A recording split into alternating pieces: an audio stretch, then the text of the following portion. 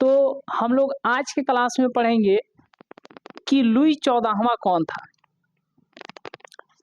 Louis 14वां कौन था?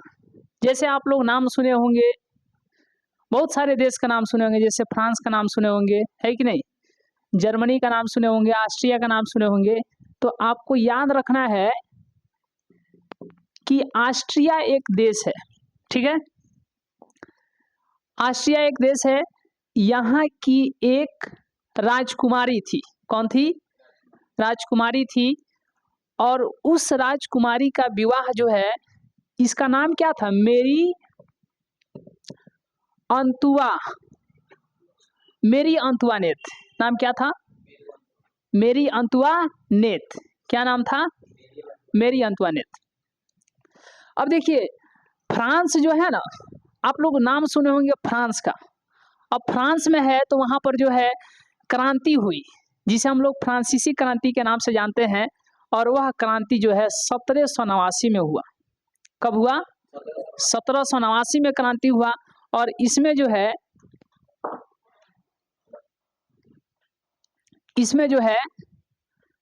राजा जो था ना, राजा को मार दिया गया।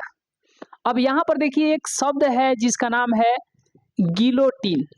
क्या नाम है? अब आपको लग रहा है कि भाई गिलोटिन क्या है? तो गिलोटिन लोगों को दिया जाता था। जैसे राजा था ना, तो राजा के पास तो अथाह शक्ति थी, राजा तो एकदम पावर में रहता था। भाई राजा पावर में नहीं रहेगा, ऐसे साधारण रहेगा तो लोग डरेंगे नहीं। ये जो आप नाम सुन रहे हैं, लुई 14वां, लुई 15वां, लुई 16वां, ये सब राजा है लोग। क्या है? राजा है लोग। लुई 14वां था, उसके बाद इसके बाद राजा है लुई 15वां, लुई 16वां, है कि नहीं?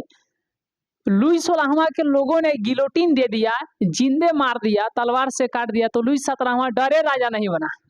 डर के मारे राजा नहीं बना कि ना ना ना ना हम राजा नहीं बनेंगे।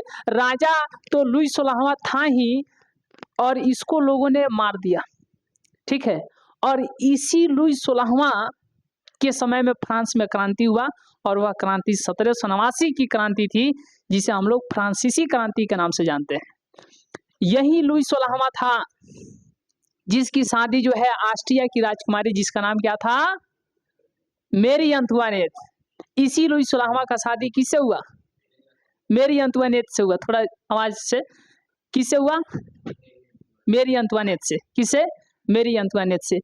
इतना ज्यादा खर्चा करती थी ना, इतना ज्यादा खर्चा करती थी कि सोचिए ना, अपने 2 महीने की बेटी की देख रेख करने के लिए 60 गो नौकर को रखी थी। कितना नौकर को रखी थी? 60 नौकर को रखी थी। और आपको जान करके आश्चर्य होगा कि राजा कहते थे इतना खर्चा कर रही है जी, 60 गो नौकर को रखेगी, कम करो, नौकर 2-4 गो रख लो। तो गुस्सा हो जाती थी, कहती थी ठीक है तो हम जा रहे हैं, आपको छोड़ करके जा रहे हैं, ऐसा कहती थी। राजा कहते थे ना ना ना, बस रख, मना लेते थे राजा। 2 महीने की बेटी की देख रेख के लिए इसने कितने नौकर को रखी थी? 60 नौकर को रखी थी। अब एक बात बताइए कि जिसके गोद में इसकी बेटी, जिसके गोद में हंस देती थी ना, उसको सोना का सामान देती थी गिफ्ट में कि लो तुम्हारे गोद में, तुम्हारे खिलाने से हमारी बेटी क्या कर दी है? हंस दी है, खुश हुई है। इसका मतलब तुम जो है हमारे बेटी को अच्छे तरीके से खिला रहे हो मतलब समझ रहे हैं, यानी दुलार कर रहे हो, इसीलिए तुमको ये लो, कान में का है सोने का लो, नाक में का सोने का लो। यानी सोना का आभूषण जो है लोगों को क्या करती थी? बांटती थी। नौकरों को। किनको? नौकरों को। आते हैं, उससे पहले आपको ध्यान देना है, जैसे आप 9th क्लास में प्रवेश कीजिएगा, फ्रांसीसी क्रांति के बारे में पढ़िएगा।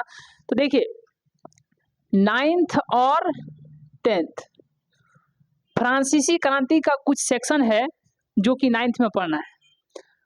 तो अब फ्रांसीसी क्रांति का जो सेक्शन है वो 9th में क्या क्या पढ़ना है? तो लुई 14वां के बारे में पढ़ना है, लुई 15वां के बारे में पढ़ना है, 16वां के बारे में हल्का पढ़ना है। फिर 10th में जाइएगा तो लुई 16वां से पढ़ना है। वहां पे क्या आपको लुई 14वां को पढ़ना है? नहीं। 10th में कहाँ से पढ़ना है? 16वां। लुई 18वां, 17वां राजा नहीं बना, ठीक है। फिर चार्ल्स 10 के बारे में पढ़ना है, लुई फिलिप के बारे में पढ़ना है।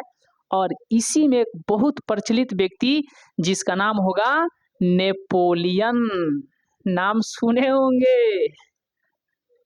नेपोलियन के बारे में पढ़ना है तो नेपोलियन के बारे में हम आपको 9th में भी बताएंगे और 10th में भी आपको पढ़ना है, कोई दिक्कत। तो अब यहां से कहानी में हम आपको स्टार्ट करते हैं। लुई 16वां राजा तो हुए फ्रांस में। फ्रांस में बहुत राजा हुए, लेकिन उसी में एक राजा आया जिसका नाम क्या था? लुई 14वां। लुई 14वां जानते हैं? एकदम जो है आप लोग 2 प्रकार के लोगों को नाम सुने होंगे। एक जो है निरंकुश, नहीं समझे? निरंकुश नहीं समझ रहे हैं कि कुछ लोग जो है एकदम जो है किसी पर माया दया नहीं करते हैं। और एक लोग होते हैं विनम्र, यानी जो है एक होते हैं विनम्र यानी उदारवादी होते हैं, यानी किसी पर माया करते हैं। अगर किसी को चोट लगता है तो इनको लगता है कि जाए इसको चोट लगा, इसके ऊपर माया करते हैं, है कि नहीं? माया मतलब समझ ना, माया दया वाला व्यक्ति विनम्र कहलाएगा। इसी को हम लोग उदार कहते हैं। क्या कहते हैं? उदारवादी। तो 2 प्रकार के देखिए राजा हैं तो बहुत प्रकार के हो सकते हैं। तो एक निरंकुश राजा होते थे और एक उदारवादी टाइप के होते थे। निरंकुश मतलब एकदम कठोर, एकदम जो है मान लीजिए कोई चोरी कर ले तो एकदम उसको फांसी देंगे। क्या देंगे? फांसी देंगे। तो इसी तरीके से जो है लुई 14वां था। कौन था? लुई 14वां। कैसा था? माया दया वाला था। माया दया वाला था कि माया दया वाला नहीं, यानी कठोर था। माया दया वाला था कि कठोर था? कठोर था। यानी लुई 14वां जो है निरंकुश शासक था। कैसा शासक था? निरंकुश शासक था, निरंकुश राजा था। यह जो है किसी के ऊपर जो है माया दया नहीं करता था, माया दया नहीं करता था।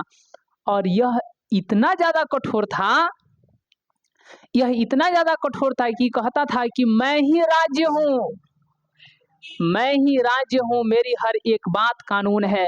यानी मेरे मुंह से जो निकल जाएगा ना वही कानून है। मान लीजिए इसके लिए ऐसा नहीं है कि हाँ ये सभी जो है राजतंत्र ही चल रहे थे उस समय। आज ना आप लोकतंत्र देखते हैं, डेमोक्रेसी देखते हैं, जहाँ पर जो है वोट होता है। राजतंत्र का मतलब आप लोग समझते हैं? यानी राजा का बेटा ही राजा बनेगा। और लोकतंत्र का मतलब समझते हैं? राजा का बेटा राजा नहीं बनेगा। लोग वोट के द्वारा मोदी जी को जिताएंगे तो मोदी जी जीतेंगे तो बनेंगे, है कि नहीं? लोग जो है वोट दे करके नीतीश कुमार को जिताएंगे तो जीतेंगे। ऐसा है क्या कि हाँ नीतीश जी अब चाहेंगे कि ना मेरा बेटा अब जो है बिहार का मुख्यमंत्री बनेगा? ऐसा हो सकता है? लेकिन पहले तो ऐसा होता था। तो यही राजतंत्र था। तो क्या आज ऐसा होता है भारत में? क्या ऐसा आज होता है? बहुत ऐसा देश है जहां पर होता है, आज भी होता है, आज भी राजतंत्र है जी, है कि नहीं? समझ गए ना? नेपाल में अब यहाँ पर लोकतंत्र। तो अब यहाँ पे आपको ध्यान देना है कि राजा का बेटा ही राजा, राजतंत्र है। हम लोग के यहाँ ऐसा होता है? तो ऐसा नहीं होता है। तो हम लोग के यहाँ राजतंत्र है कि लोकतंत्र है? लोकतंत्र है ना? क्या है? लोकतंत्र है। तो राजतंत्र का मतलब ही होता था कि राजा एकदम ठाठ माठ में रहता था, वैसा ही रहता था। लुई 14वां कोई नियम कानून नहीं, ये कहता था कि मैं ही राज्य हूँ, मेरी हर एक बात कानून है, मेरी हर एक बात कानून है। यही आपको जान करके आश्चर्य होगा कि मेरी हर बात कानून है। और इतना निरंकुश था कि इसके मन में जो आता था ना सो करता था। अब इसी के बाद जो है लुई 15वां आया। नाम देख रहे हैं कैसा है? नाम देख रहे हैं कैसा है? लुई 14वां, लुई 15वां, ऐसा है नाम। इसी तरीके से आपको जब हम पढ़ाएंगे तो अभी फ्रांस में चल रहे हैं। फ्रांस क्या? फ्रांस के बारे में चल रहे हैं। और ये सब लोग जो है फ्रांस के बारे में आज का टॉपिक है बुर्बो वंश। कौन सा वंश? ये सब लोग किस वंश से थे? बुर्बो वंश से। अब बताइए, जैसे हम नाम रखेंगे पूछेंगे लुई 18वां किस वंश से? बुर्बो वंश। जहां लुई का नाम लेंगे किस वंश से? बुर्बो वंश से। याद रहेगा ना? तो बताइए अभी हम लोग कौन सा वंश चल रहे हैं? बुर्बो वंश। यानी लुई 14वां राजा था। इसके बाद कौन हुआ? लुई 15वां। इतना ज्यादा था ना, ये इतना ज्यादा लड़ाई करता था, इतना ज्यादा लड़ाई करता था। सोचिए ना कि किससे भिड़ गया? अमेरिका से, इंग्लैंड से। अब ये जो है लुई 15वां जो है ये भी वैसा ही था। अब एक ही बात बताइए कि मान लीजिए किसी के घर में किसी के पिताजी बहुत हार्ड दिमाग के हैं तो उसका बेटा भी तो वैसा ही होगा। उसके आसपास का जो भी मतलब चाचा होगा, जो भी होगा, अंकल, ये भैया, पड़ोसी, वो भी तो लगभग वैसा ही होगा। तो ये सब वही था, कैसा था, निरंकुश था। तो बताइए जब लुई 16वां, ये देखिएगा लुई 14वां था, लुई 14वां था, इसके बाद कौन आया, लुई 15वां। अब इसके बाद एक राजा जिसका नाम होगा लुई 16वां। कौन होगा, लुई 16वां होगा।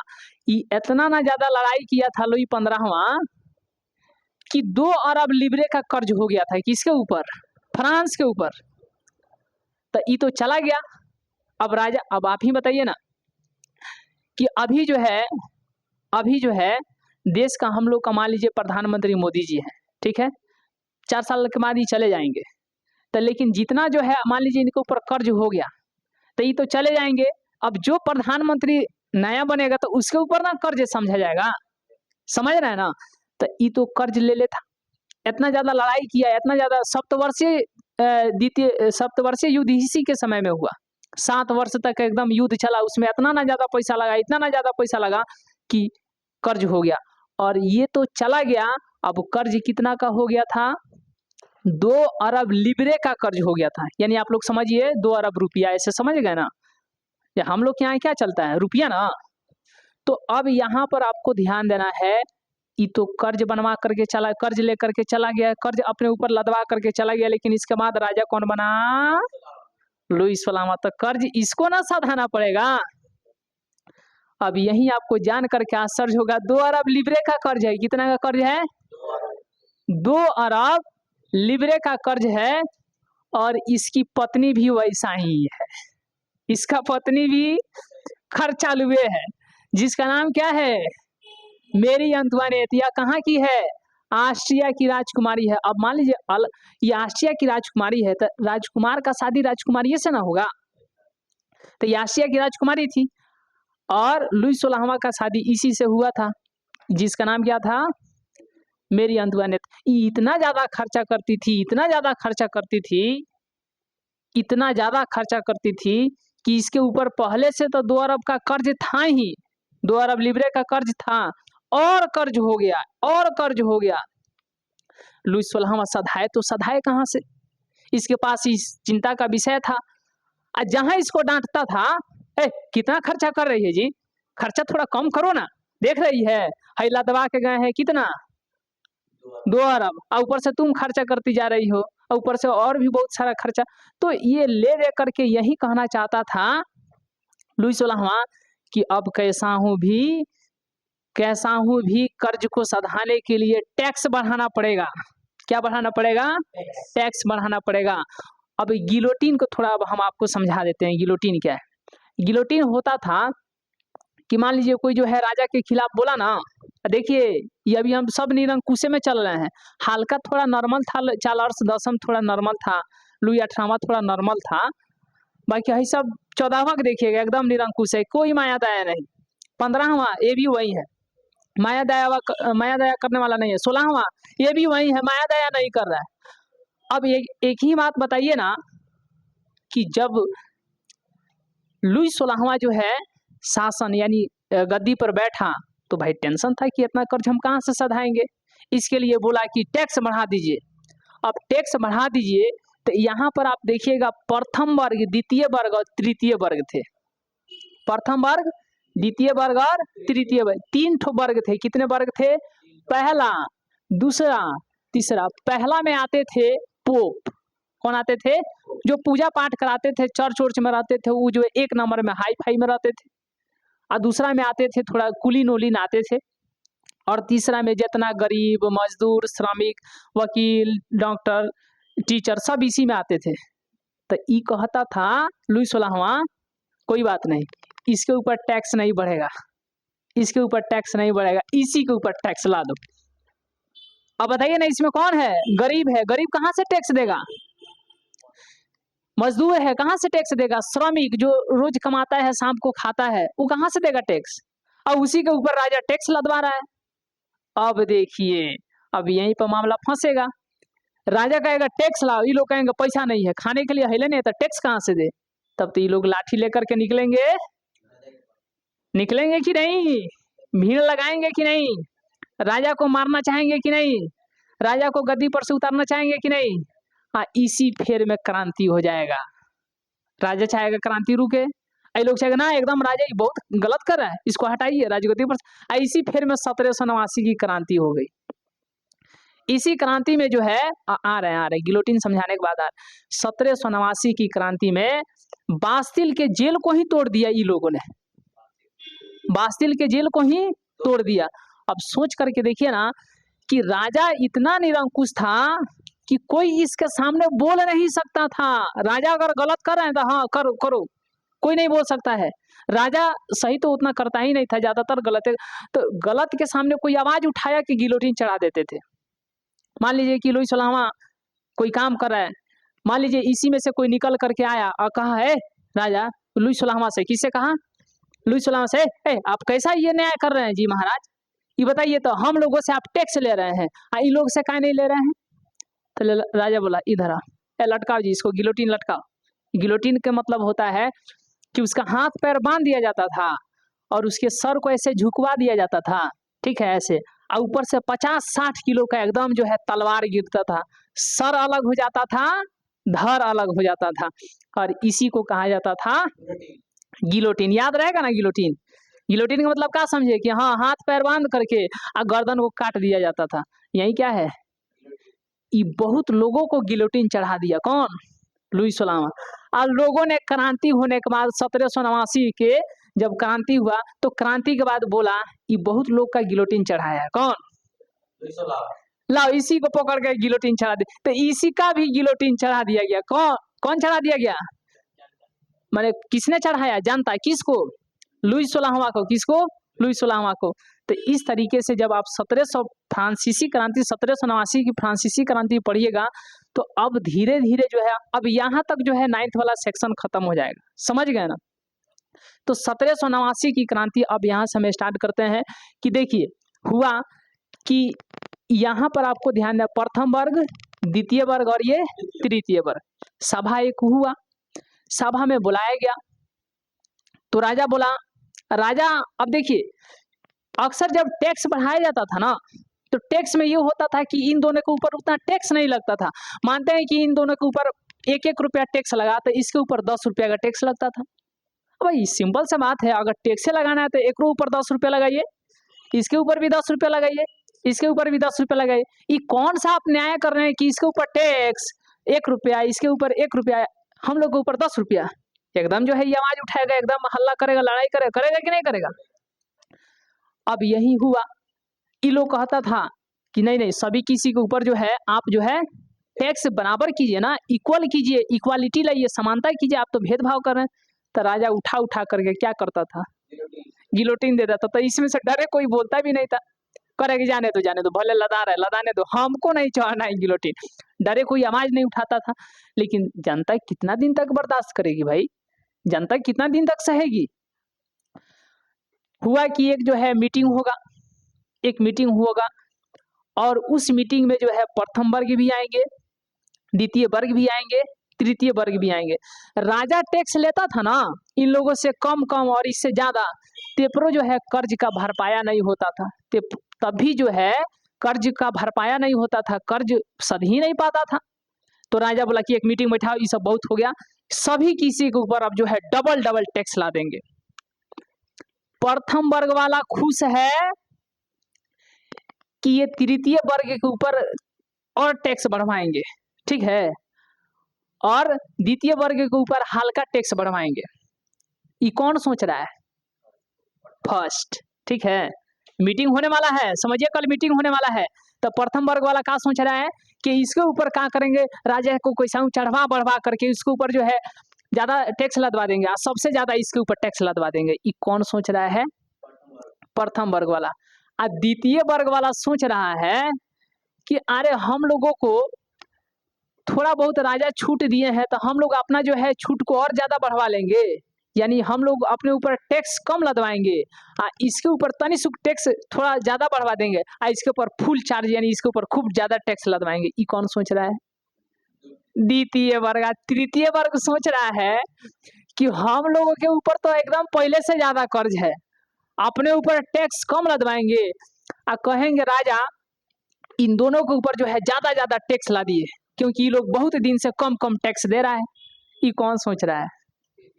देख रहे हैं तीनों जो है अलग प्रकार का सोच रहे हैं कि नहीं। प्रथम वर्ग वाला अपना को बचा रहा है, दोनों को फंसा रहा है। द्वितीय वर्ग वाला इसको इसको फंसा रहा है, अपने आप को बचा रहा है। और तृतीय वर्ग अपने को बचा रहा है, दोनों को एकदम फंसवा रहा है कि सबके ऊपर ज्यादा टैक्स लदवाएंगे।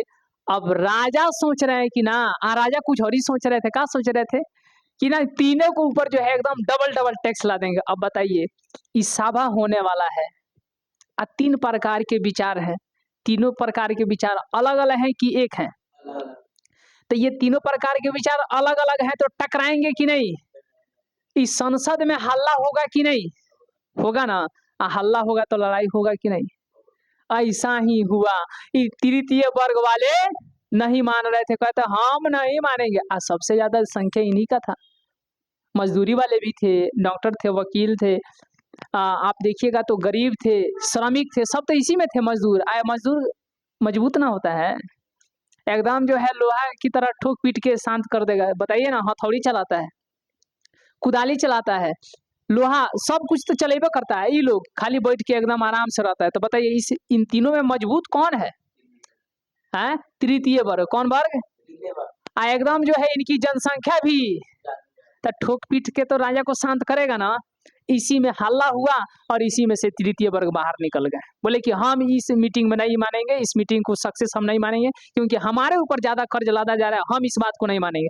क्या किया तृतीय वर्ग वालों ने? हल्ला हल्ला करते करते कि ये मीटिंग जो है भंग हो या मीटिंग जो है सफल नहीं होगा। और यही हल्ला हल्ला करते करते निकल गए बाहर। और वहीं पर जो है एक टेनिस कोर्ट का मैदान था, उसी टेनिस कोर्ट के मैदान में जो है लोगों को इकट्ठा करने लगे।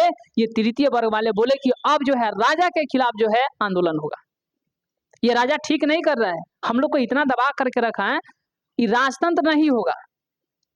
अब हुआ, सभी लोग बोले सही बात है भाई, राजा का बेटा ही राजा बन रहा है और इस तरीके से जो है काफी जो है हम लोग को दबा करके रख रहा है, तो ऐसा अब नहीं होगा। टेनिस कोर्ट के मैदान में जो है बहुत दिन तक जो है ये लोग रहे, धरना दिए और वहां पर इतना लोगों को इकट्ठा किया कि 14 जुलाई 1789 को जो है बास्तिल के जेल को ही तोड़ दिया।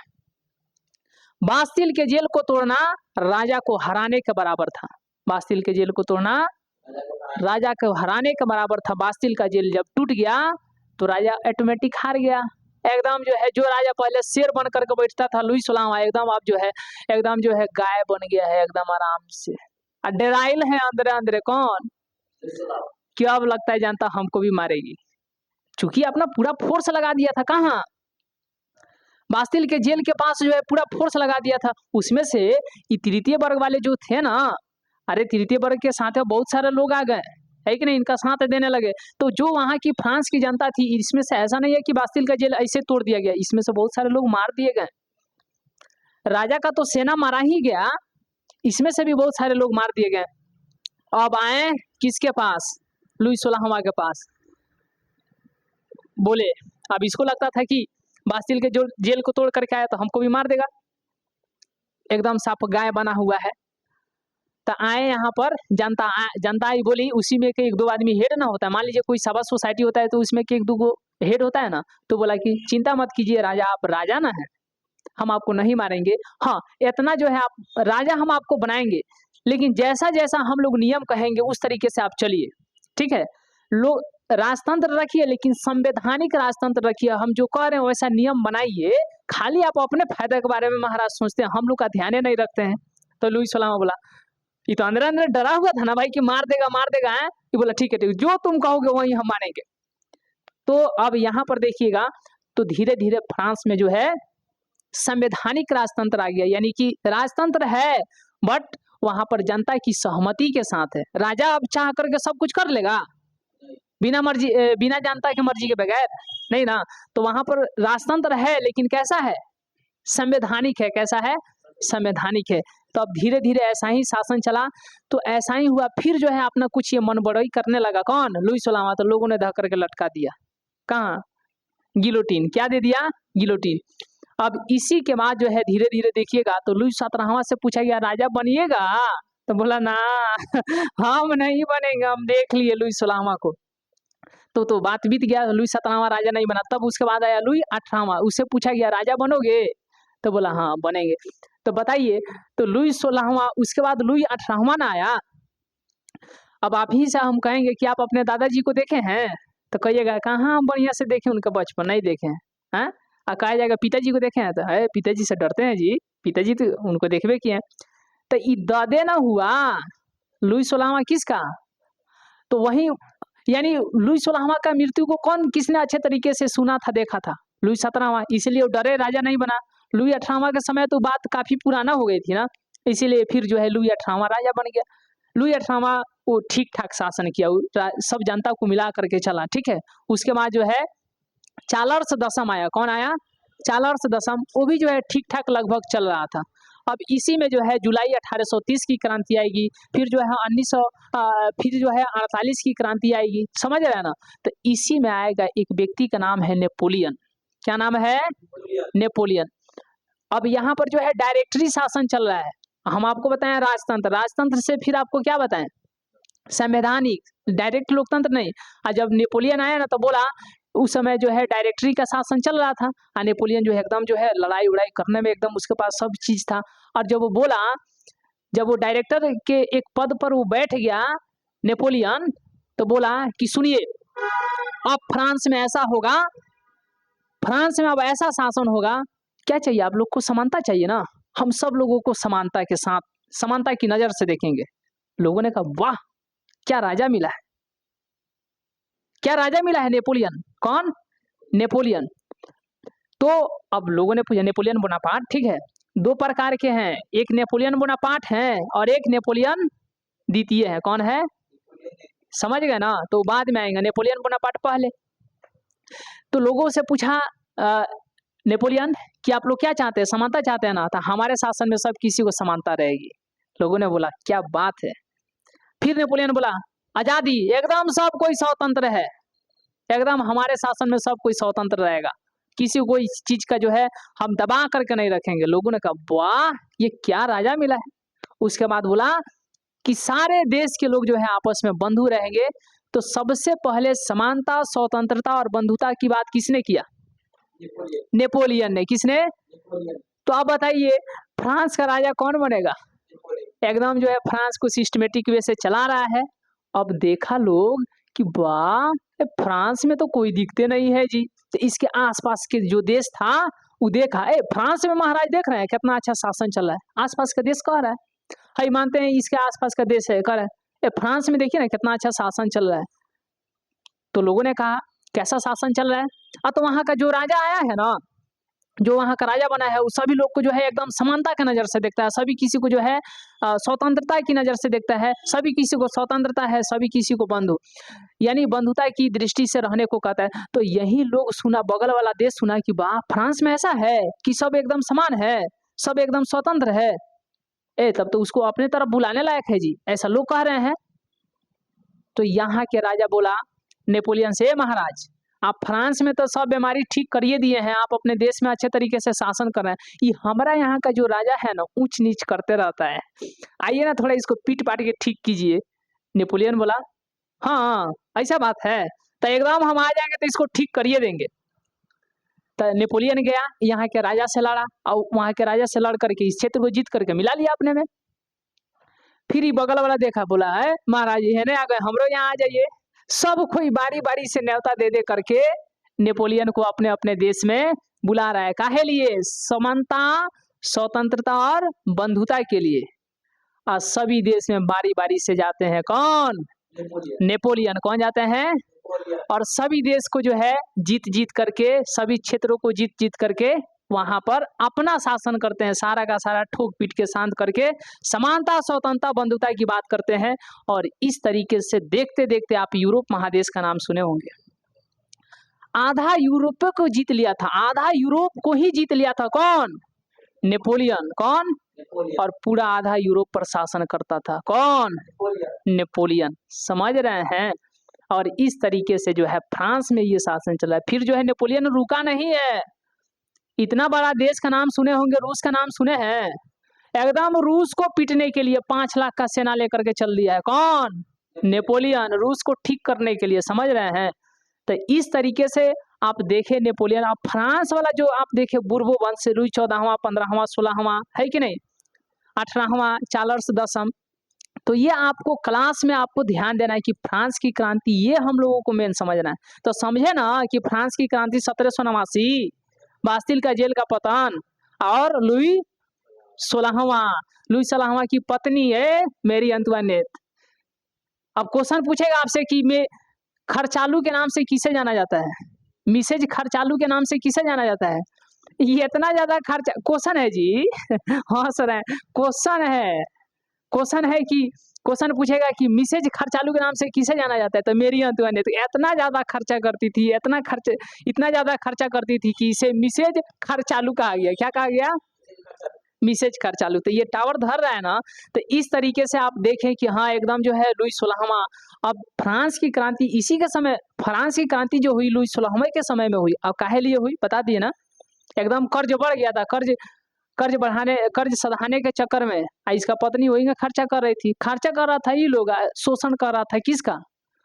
पर तृतीय वर्ग का शोषण कर रहा था। उसमें मानेगा? वो कहाँ पढ़ा लिखा रहता है, वो सीधे कहता है लड़ाई तो निकालो, लाठी फट्टा बाल चलो उधर मारा जाएगा। एगो जहाँ किया हुआ सब एकदम हुआ देखते हैं ना।